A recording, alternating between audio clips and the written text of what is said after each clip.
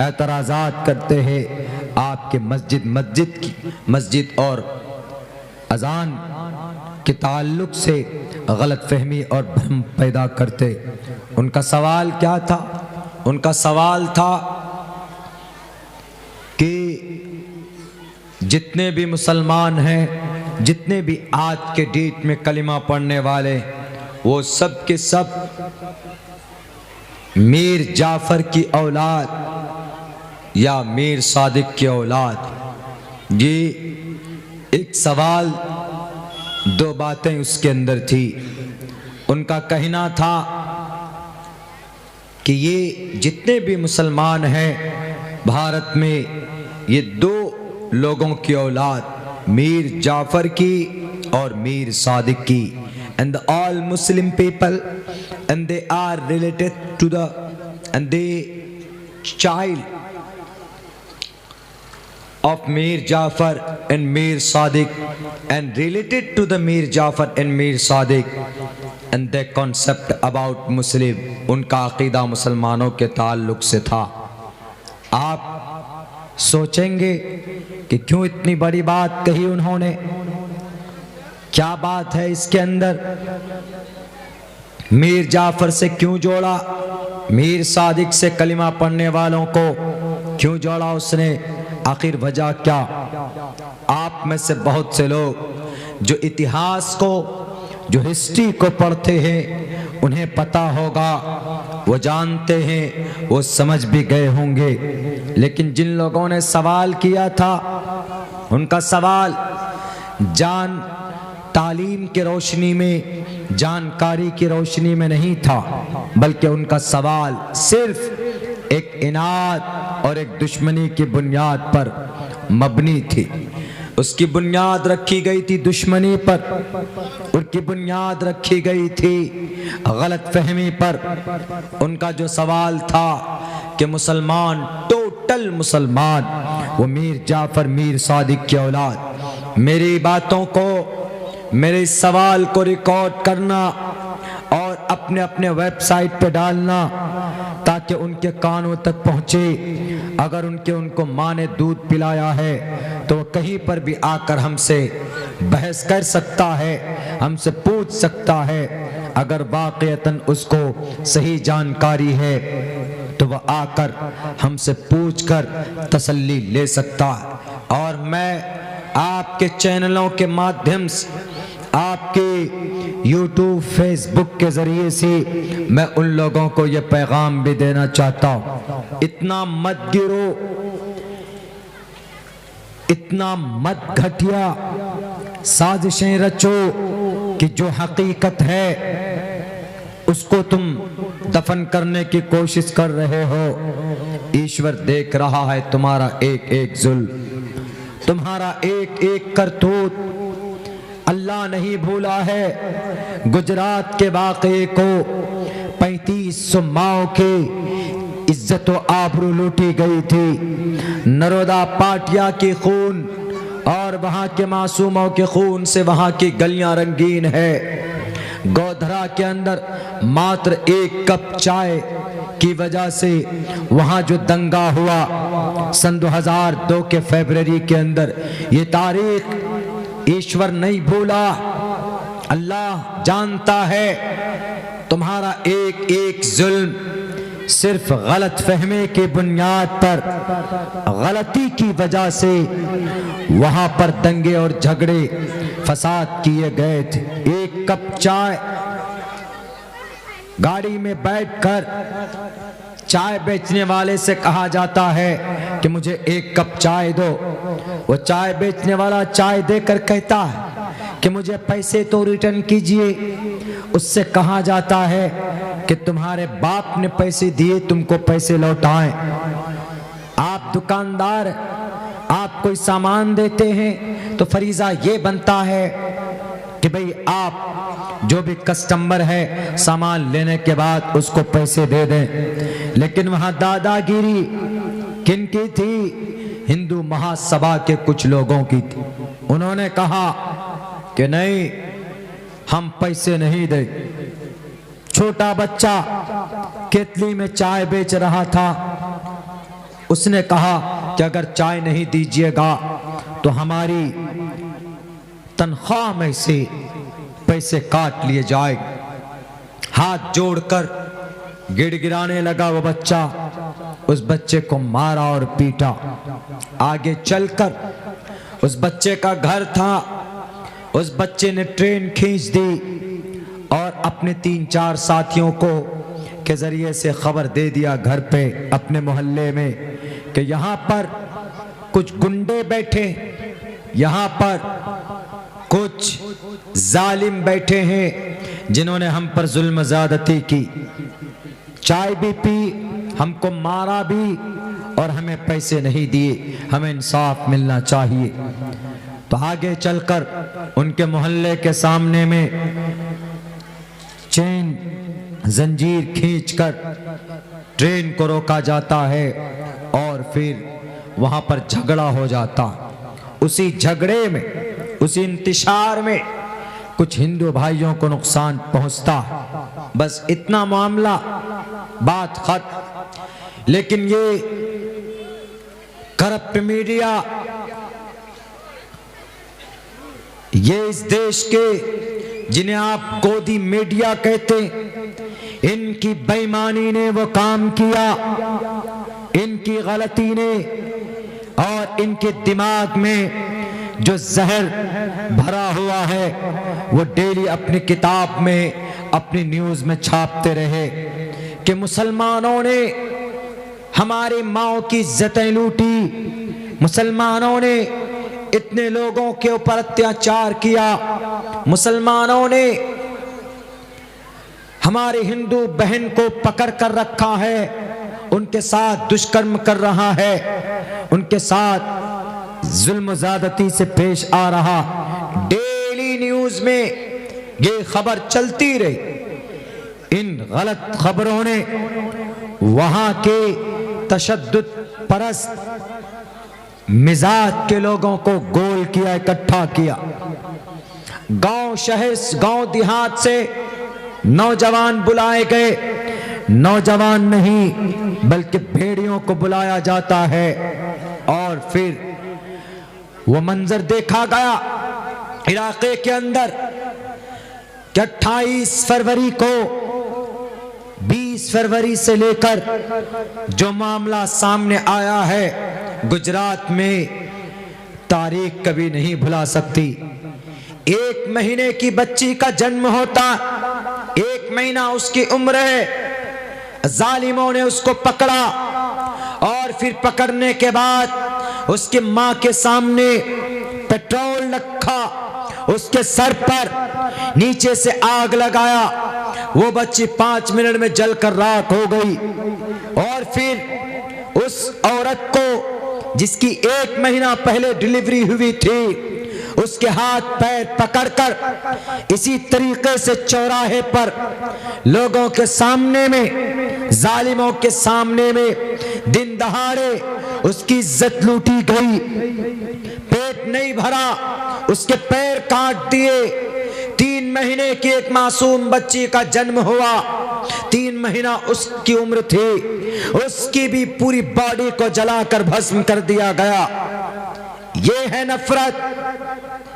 सवाल करने वाले ने सवाल किया कि तुम मीर जाफर की औलाद हो, तुम मीर सादिक की औलाद। मेरे भाइयों, जैसे ही मेरे जहन में ये सवाल पहुंचा, मेरे इसके ऊपर कभी हमने स्टडी नहीं किया। बाज़ाब्ता इस सवाल को 2, 4, 5 दिन पहले हमारे सामने नहीं रखा गया कि इसका इतिहास क्या है। हम देखते कि वाक़ियतन ये सवाल इनका सवाल है नहीं, सिर्फ एक वजह कि you are Momin, therefore they are telling about you. आपके बारे में बात करते हैं कि you are the child of Mir Jafra. Mir Jafar से क्यों कंपेयर किया आपको पता है? मैं बताता हूं, लीजिए।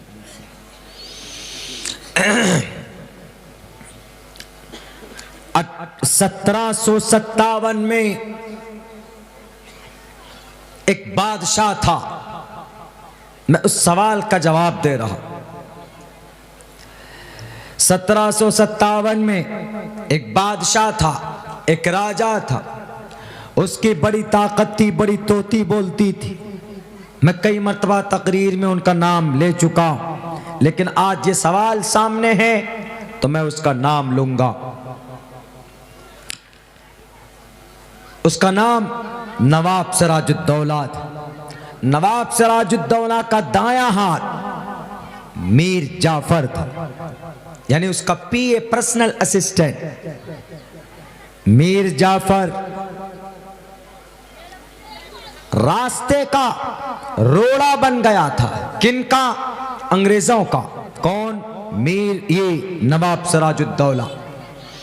नवाब सिराजुद्दौला ने साफ लफ्जों में कहा कि अंग्रेज कुछ भी कर ले, मैं तुझे बंगाल में काबिज नहीं होने दूंगा। हर मैदान में खड़े हो जाते थे। मेरे भाइयों, फिर पता क्या हुआ? अंग्रेज ने कहा कि ये नहीं मानेगा, कुछ ना कुछ करो। तो अंग्रेज शातिर दिमाग का होता। आज पूरी दुनिया में अंग्रेज क्यों कामयाब है, उसकी भी वजह है, मैं बताऊंगा। आज ही मैंने वो लिटरेचर पढ़ा कि अंग्रेज in entire world was successful man. अंग्रेज was success of the world. दुनिया के कामयाब तरीन कौम में अंग्रेज का नाम आता है। दुनिया के अंदर कामयाब तरीन मुल्कों में अमेरिका का नाम आता। दुनिया के कामयाब तरीन कंट्री में इंडोनेशिया का नहीं आता, भारत का नहीं आता, अमेरिका का, इसराइल का आता, अंग्रेज का आता। जो गंदे होते हैं एतबार से, अकीदे के एतबार से, दिलो दिमाग शातिराना तेज होता है, अल्लाह की इबादत नहीं करते, नबी से मोहब्बत नहीं करते, उनकी सुन्नत के मुताबिक जिंदगी नहीं गुजारते, उसके बावजूद अंग्रेज क्यों कामयाब? मैं बताऊं, जब अंग्रेज आए, अंग्रेज ने देखा कि मैं बंगाल में कामयाब नहीं हो सकता, तो अंग्रेज ने हाथ मिला लिया नवाब सिराजुद्दौला के पीए से, पर्सनल असिस्टेंट्स मीर जाफर। मीर जाफर को कुर्सी चाहिए थी। कुर्सी का भूख बड़ा खतरनाक होता। हमको भी कुर्सी मिलते मिलते रुक गई, हमको भी मिल ही रही थी कुर्सी। लेकिन ये सत्ता राजनीति बड़ी अजीब चीज होती। इसमें अगर बाप भी आपको कहे ना, बाप कि तुम मेरे बेटे हो, तुमको कुर्सी पर बैठाएंगे सत्ता और राजनीति वाले फील्ड पे, तो विश्वास नहीं किया जाता।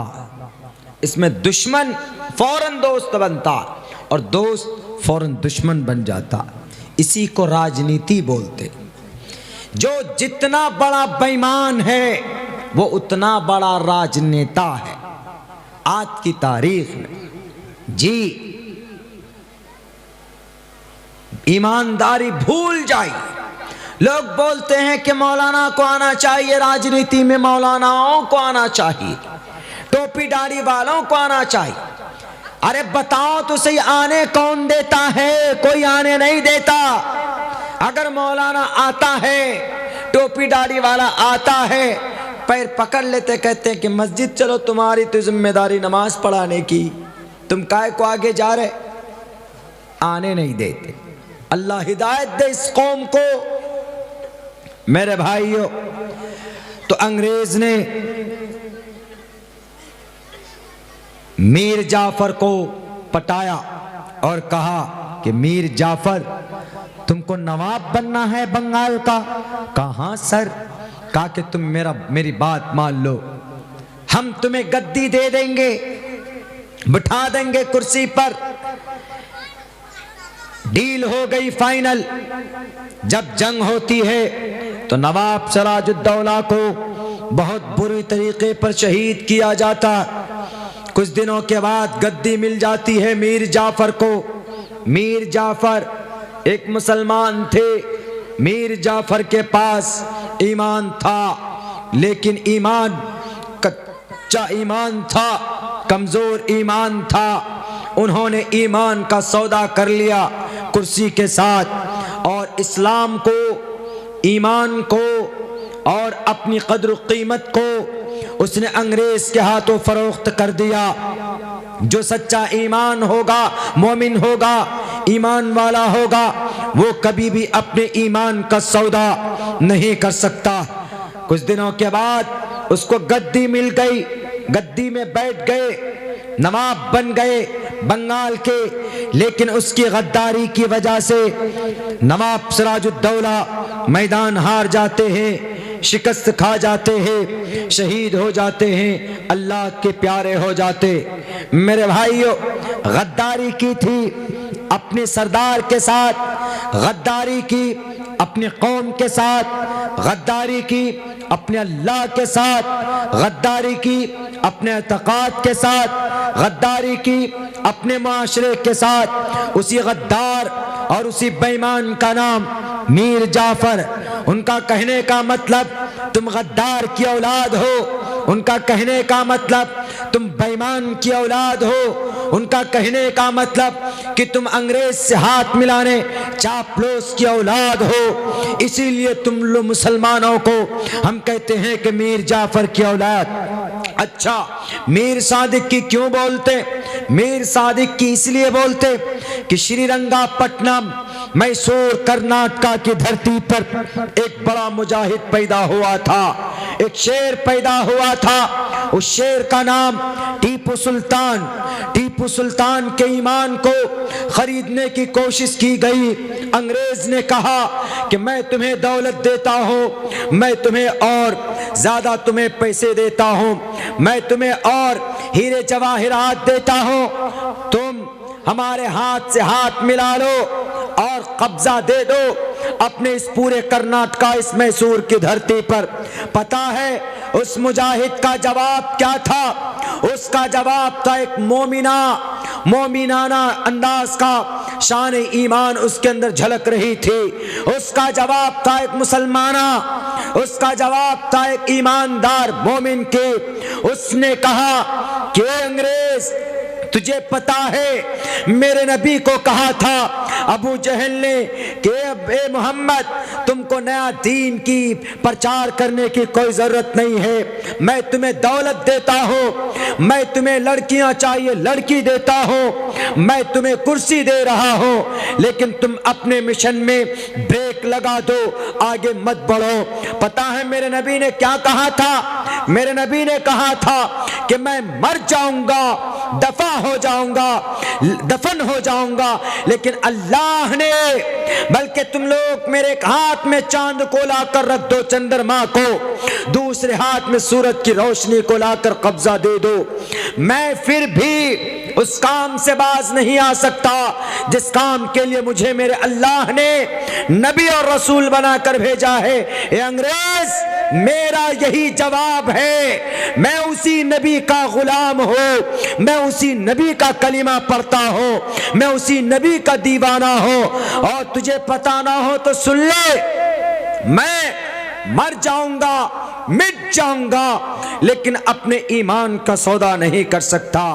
मैं कभी भी तेरे सामने अपने सर को भी नहीं झुकाऊंगा, अपनी आन बान शान के साथ मैं तुझसे मुकाबला करूंगा। अंग्रेज ने ये तेवर देखा तो अंग्रेज के रोंगटे खड़े हो गए। तो अंग्रेज ने देखा कि ये टीपू सुल्तान मानने वाला नहीं है, तो अंग्रेज ने फौरन अपने शातिराना दिमाग का इस्तेमाल किया और मीर सादिक से हाथ जाकर मिलाया और कहा कि मीर सादिक, तुमको मैसूर का नवाब बनना है कि नहीं बनना है? तुमको जगह का, यहाँ की कुर्सी का वजीर बनना है कि नहीं बनना है? उन्होंने कहा कि क्यों नहीं? कहा कि टीपू सुल्तान को मरवा दो। टीपू सुल्तान को जब जंग लड़ी जा रही थी, मीर सादिक ने हाथ मिलाया किससे? अंग्रेज से। बात फाइनल हो गई, डील हो गई, दोनों के अंदर उसके बाद जंग लड़ी गई मैदान में, तो टीपू सुल्तान को बड़े दर्दनाक अंदाज में बहुत बुरी तरीके पर फंसाकर उनको अपनी अय्यारी मक्कारी और बेईमानी की वजह से ये मीर सादिक ने उनको शहीद करवा दिया। मीर टीपू सुल्तान शहीद हुए। उनके लाश पर खड़े होकर जनरल हॉर्स ने कहा था कि मैं आज से इस देश पर मैं काबिज आ चुका, आज से ये देश मेरा है, आज से ये भारत मेरा है। क्यों? क्योंकि मैंने इस देश के सबसे बड़े शेर को, टीपू सुल्तान को मैंने शहीद कर दिया, मैंने उनको कत्ल कर दिया। मेरे भाइयों, टीपू सुल्तान क्यों शहीद हुए? गद्दारी की वजह से, बेईमानी की वजह से। किन की? मीर सादिक की। वो ये सोच रहा था, सवाल करने वाले भाई इधर भी बैठे थे और इधर भी बैठे थे। उन्होंने देखा, उन्होंने सोचा, हंस भी रहे थे कि वाह कैसे बेवकूफ मौलाना अपने मुसलमान की बुराई कर रहा, कैसे बेवकूफ मौलाना अपने ही मुस्लिम जो इनके गुजरे हैं पैरोकार उनकी बुराई कर रहा है। वाह, how can I accept the Islam. आज तो इस्लाम बदनाम हो रहा। आज तो खुद मौलाना अब्दुल्ला जो इस्लाम का प्रचारक है वो अपने मजहब की बुराई कर रहा है। मौलाना अब्दुल्ला जो अपने कुरान करीम को पढ़कर सुनाता है, आज वो खुद उस कुरान करीम का जनाजा निकाल रहा है, मुसलमानों की बुराई पर उतरा हुआ। हमने कहा ये है ईमान की ताकत।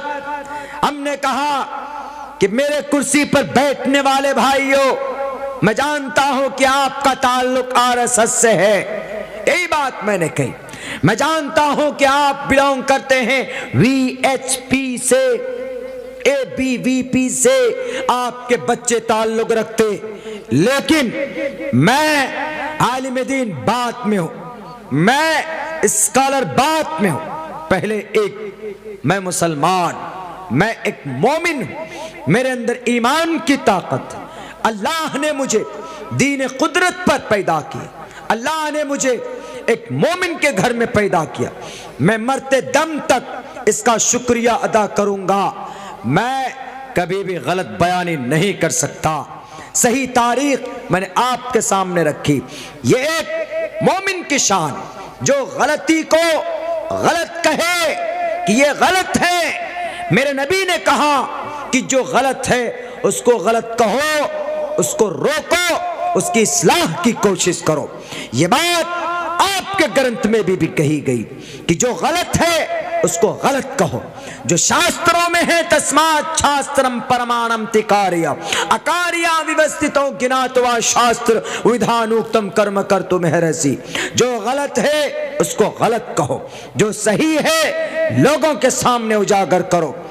धर्मश निरपेक्ष महादेवम मरुस्थलीनी गिरजाडार, यह सबसे बड़ी सत्ता है, ये सबसे बड़ी सच्चाई, इसको लोगों के सामने आना चाहिए।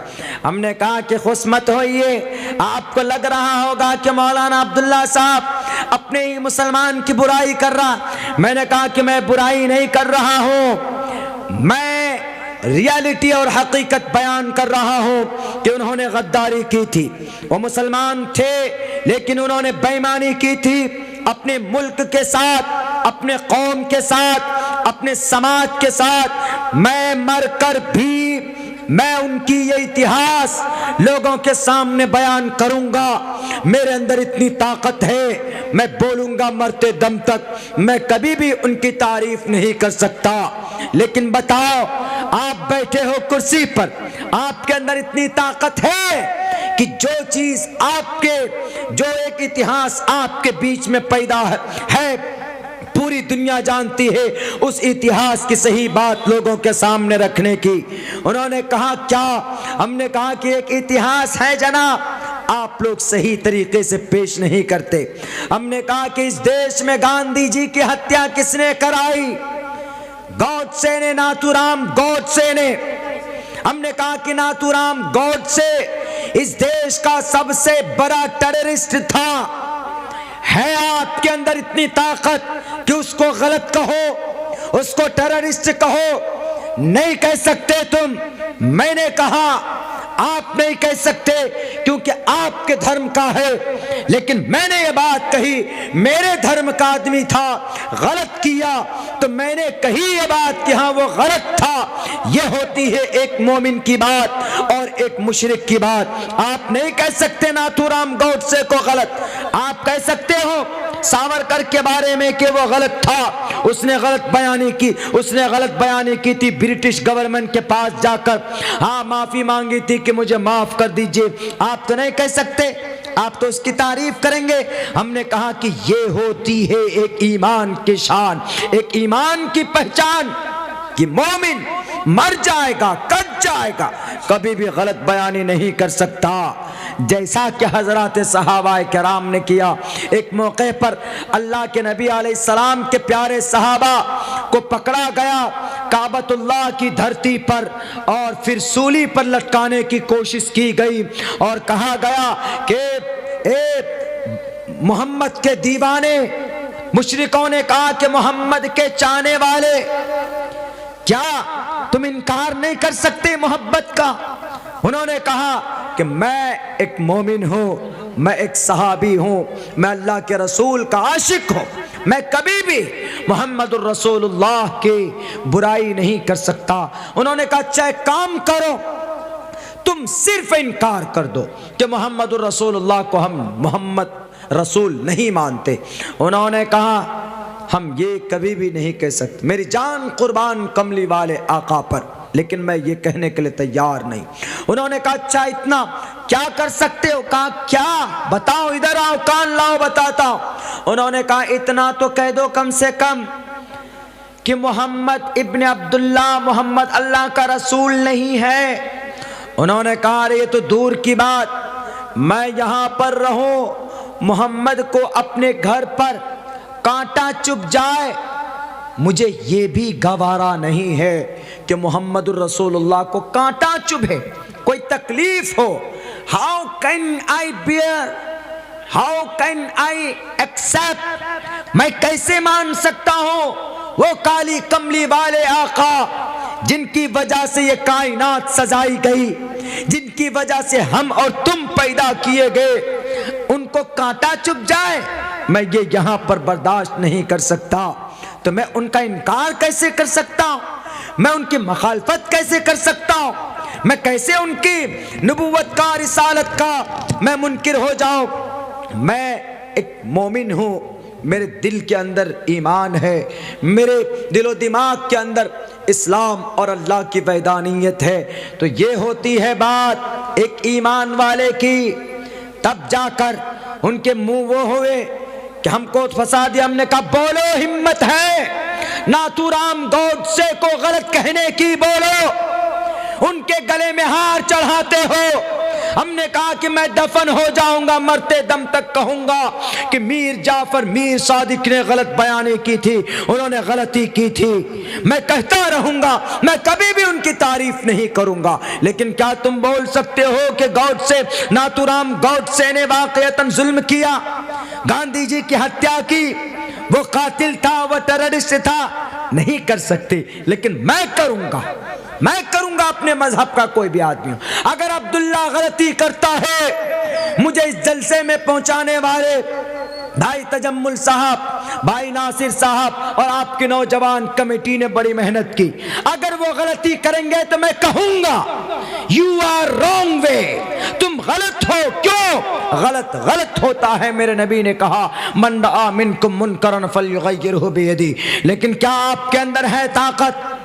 कहो आज देखो इतिहास बदलो, इसी जगह पर खामोश हो गए, उनके पसीने निकलने लगे, हमें फंसा दिया। अब तो हमने कहा कि ये बात फंसाने की नहीं है, ये बात एक्सेप्ट करने की है कि अल्लाह ने हमें जो दौलत दी, ईमान जो दिया है, उस ईमान का तकाजा ये है बुरे को बुरा कहना, गलत को गलत कहना, सही को सही कहना।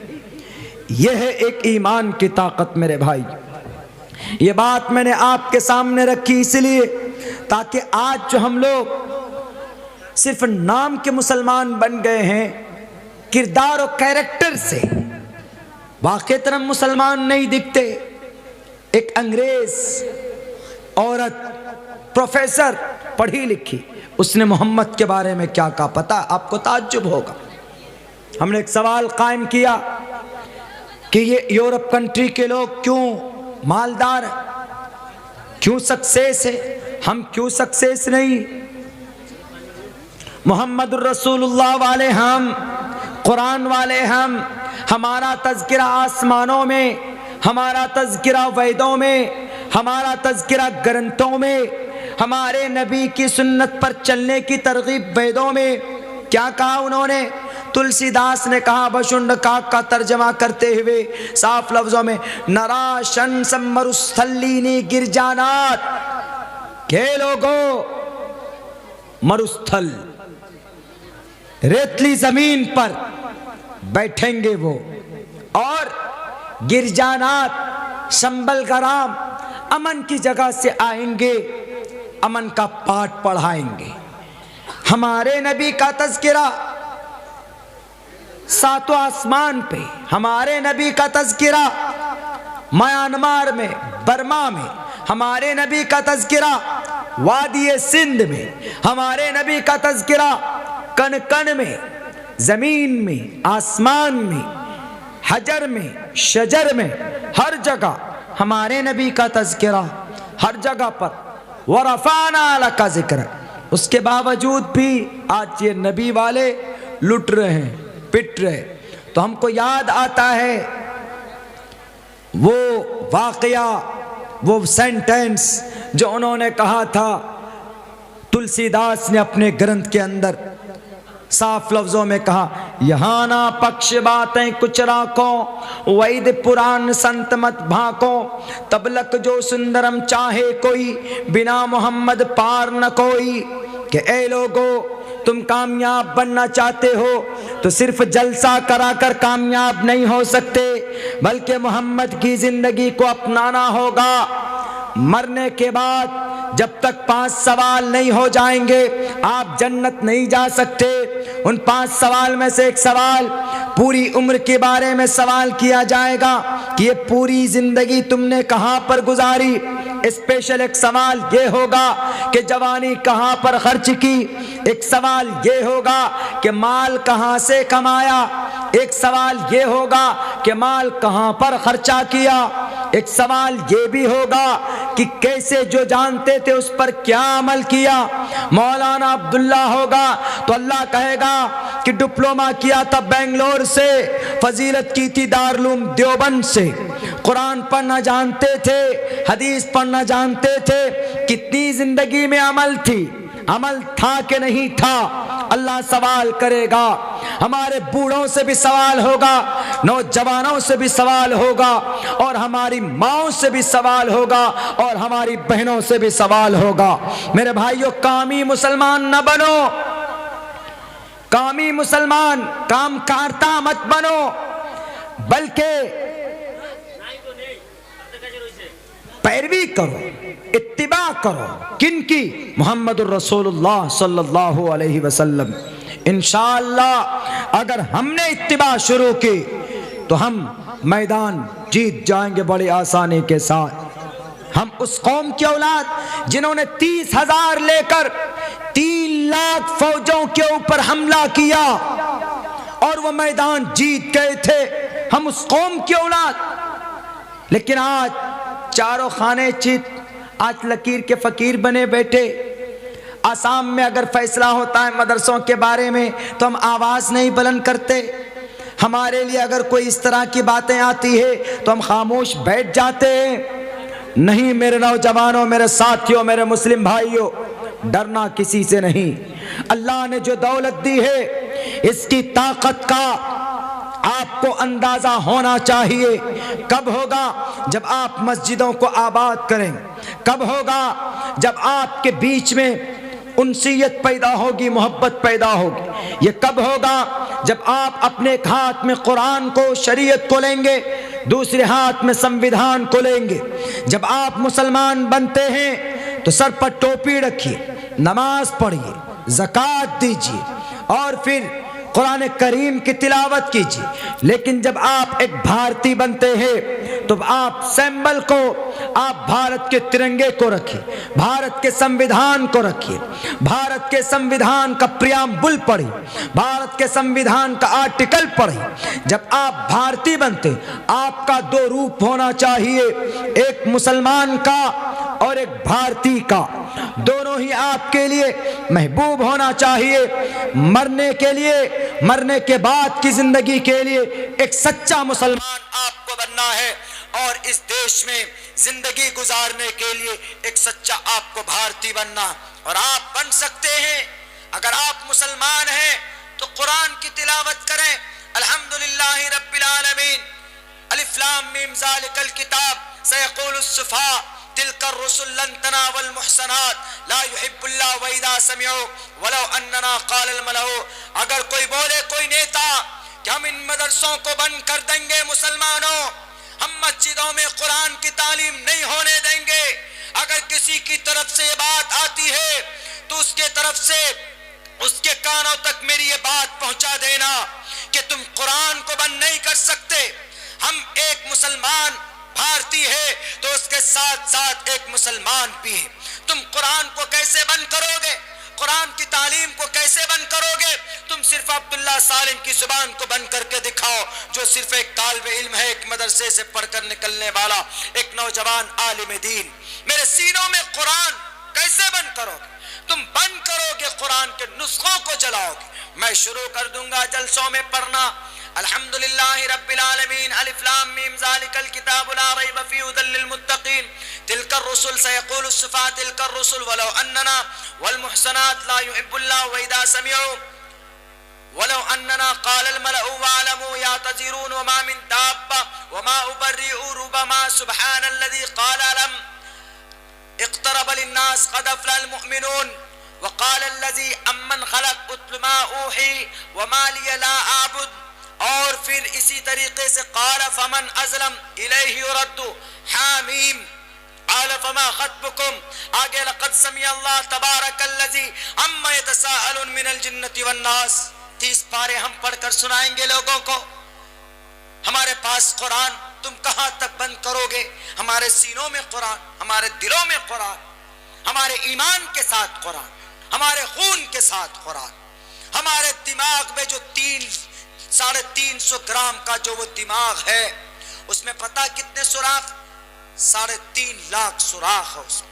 3.5 लाख सुराख है। हमारे कुरान में कितने अल्फाज हैं? 3,22,000 कुछ है। और दिमाग में जो सुराख है वो 3.5 लाख सुराख। हम हटा लेंगे। तुम करो, बंद करना चाहते हो कर दो बंद तुम मदरसों को, लेकिन एक बात याद रखो कि मदरसा बंद करने से इस देश की गरीबी दूर नहीं होगी। मदरसा बंद करने से, मकतब बंद करने से क्या होगा? अंधभक्ति पैदा होगी। क्या होगा? जुल्म ज्यादती बढ़ेगी। मदरसों में क्या होता है भाई? क्या लिखा कुरान में वो बयान किया जाता, क्या लिखा हदीस में वो बयान किया जाता। बुखारी शरीफ में क्या? इन्नमल आमालु बिन्नियात। ए लोगो, कोई भी काम करते हो तो नीयत को सुधार लो, सही नीयत करो। ये बात कही गई, क्या ये गलत है? अगर ये गलत है तो कहो अपने ग्रंथों में जो ये बात कही गई, आपके ग्रंथ में भी ये बात कही गई साफ लफ्जों में, मलेच्छ भाषा कीर्तातैन वैद वाक्य प्राण मुखा। पुरानी जुबान अरबी जुबान पाई जाती है, उससे पुरानी जुबान संस्कृत जुबान पाई जाती है। उसके अंदर जो बातें कही गई है वो एक एक बात बिल्कुल परफेक्ट है, पर हक है। क्या ये बात गलत है लिखी हुई? अगर कुरान करीम के अंदर, बुखारी के अंदर इन्नमल आमालु बिन्नियात गलत है, नहीं मानते हो इन्नमल आमालु बिन्नियात को, तो इसको भी नहीं मानना पड़ेगा जिसमें कहा गया मलेच्छ भाषा कीर्तातैन वैद वाक्य प्राण मुखा। इसको भी गलत कहो तो हम मान जाएंगे। और तुम्हारे ग्रंथों में कही गई ये बात, ए तस्मिन तरे मलेच्छ आचार्यन समन्विता महामदैत कियात शिष्यो साक समन्विता, कि इस जमीन के ऊपर अमन शांति का पैगाम देने के लिए मक्का से आएंगे, समंदर के रास्ते से आएंगे, और आए मोहम्मद के मानने वाले प्यारे सहाबा आए। अल्लाह के नबी अलैहिस्सलाम के ज़माने से शुरुआत हो गई थी।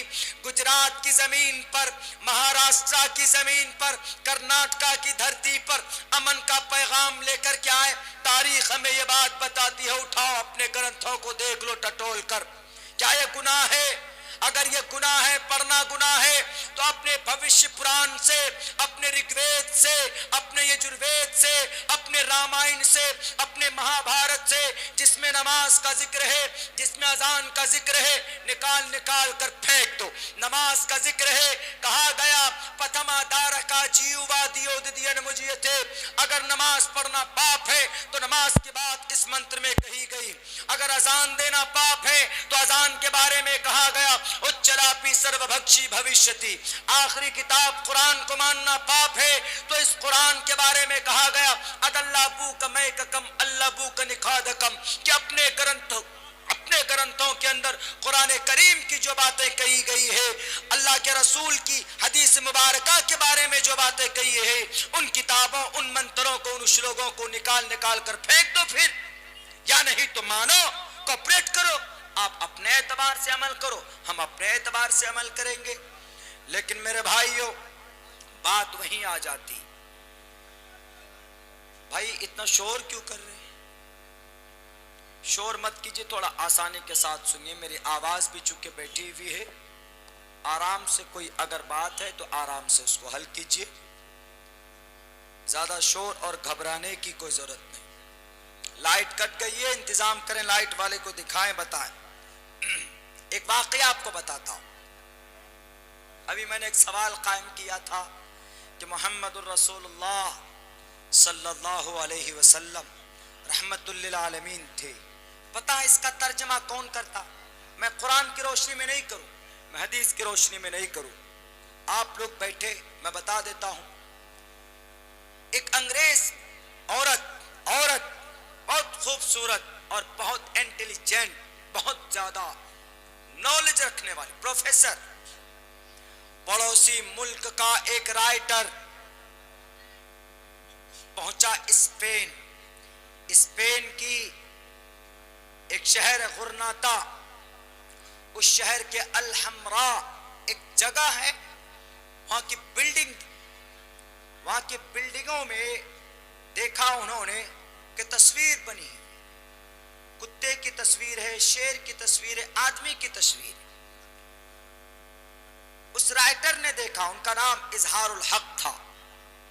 तो उस अंग्रेज औरत ने कहा कि इन बिल्डिंग को बनाने वाला एक बादशाह था, उस बादशाह का नाम सुल्तान मोहम्मद अल खामिस था। तो उस औरत को देखिए कितनी जानकारी है मोहम्मद रसूलुल्लाह के बारे में। उस औरत ने क्या कहा? ये बादशाह मुसलमान था, जब ये मुसलमान बादशाह था तो इसने तस्वीर क्यों बनाई? क्योंकि तस्वीर खींचना और तस्वीर रखना, तस्वीर बनाना इस्लाम में जायज नहीं है। इसलिए हमारे जो नौजवान फटाफट सेल्फी लेते, हमारे नौजवान खूबसूरत फोटो खींचते, शरीयत के नजर में गुनाह है। ला तदखुलुल मलाइकतु बैतन फीही कल्बुन औ तसावीरुन। अगर कोई जिस घर में, किसी घर में खूबसूरती के लिए, ज़ेब ज़ीनत के लिए कोई तस्वीर लगाता है, फोटो लगाता है, तो उस घर के अंदर अल्लाह के तरफ से रहमत के फरिश्ते दाखिल नहीं होते। ला तदखुलुल मलाइकतु